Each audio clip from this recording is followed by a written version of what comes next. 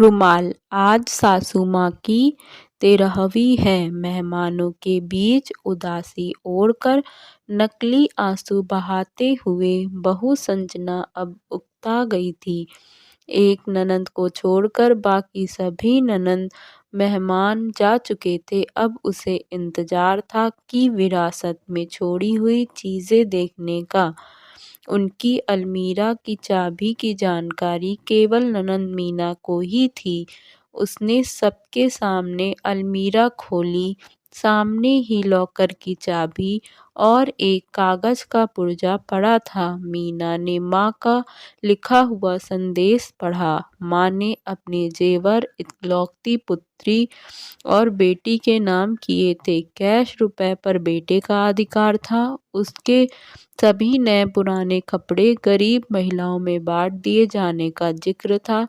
एक सील बंद पैकेट था जिसके ऊपर एक पिन किए हुए कागज पर लिखा हुआ था, यह पैकेट बहू के लिए था, लेकिन वो इसे अपने बेटे मेरे पोते अनुज की शादी के 1 वर्ष बाद ही खोल सकेगी। मेरी अंतिम इच्छा के अनुसार तब तक यह बैंक में लॉकर में रख दिया जाए। बेटे ने वह पैकेट बैंक के लॉकर में रखवा दिया। दिन गुजरते रहे। 6 महीने बाद अनुज की शादी हो गई। सगाई पहले हो ही चुकी थी। बहू आराधना के घर में आते ही संजना ने कुछ राहत महसूस की। अब वो अपना ध्यान अपने पति और अपने स्वास्थ्य पर ही देना चाहती थी। वह बात बात पर बहू को निर्देश देती, लेकिन आराधना उसके कहे को एक कान से सुनकर दूसरे से झटक देती। सास हर बात पर उल्टा जवाब देती। धीरे धीरे उसने सास को रसोई से बेदखल कर दिया। समय गुजरता रहा और संजना हालात से समझौता करती रही। अब पुराना संयुक्त परिवार का जमाना नहीं रहा, जब सास बहू पर हावी हुआ करती थी। आज ही बहुएं सास को अच्छा होने का मौका ही नहीं देती, बल्कि ऐसा माहौल पैदा कर देती जिससे उसे बुरा साबित किया जा सके, और मौका मिलते ही पति को लेकर उड़ जाती हैं। गई सदी के इतिहास के वे पन्ने जब सास बहू पर हावी हुआ करती थी, आज ही बहुओं ने फाड़ कर फेंक ही दिए हैं। सास कितनी भी पढ़ी लिखी और समझदार हो, लेकिन बहू स्वतंत्र ही रहना चाहती है और इसके लिए जाल बुनती ही रहती है और सास का नाम ही परिवार की सूची से मिटा देना चाहती है।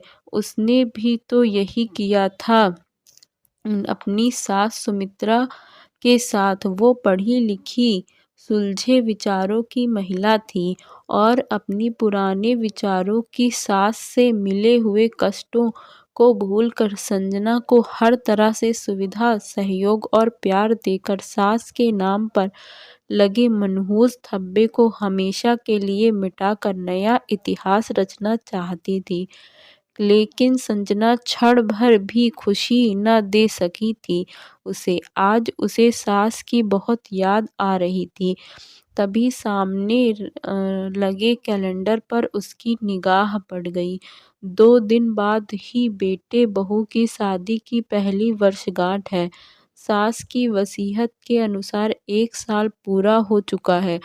तीसरे दिन ही वो बैंक जाकर लॉकर से अपने नाम का पैकेट निकलवा कर ले आई। मन में उथल पुथल मची हुई थी कि आखिर उसे सास ने क्या दिया होगा। बेटे बहू के इधर उधर होते ही उसने वो पैकेट खोल दिया। अंदर सास के तह किए हुए लगभग 1 दर्जन पुराने रुमाल थे और एक दूसरा बैग भी था। देखकर अचानक उसकी आंखें एक सवाल किए सिकुड़ गईं। साथ ही पिन किए हुए कागज पर लिखे शब्द पढ़ने लगी। बहू, ये वे रुमाल हैं जिनसे मैं बेटे का विवाह होने के 1 साल बाद मृत्युपरांत आंसू पोंछती रही।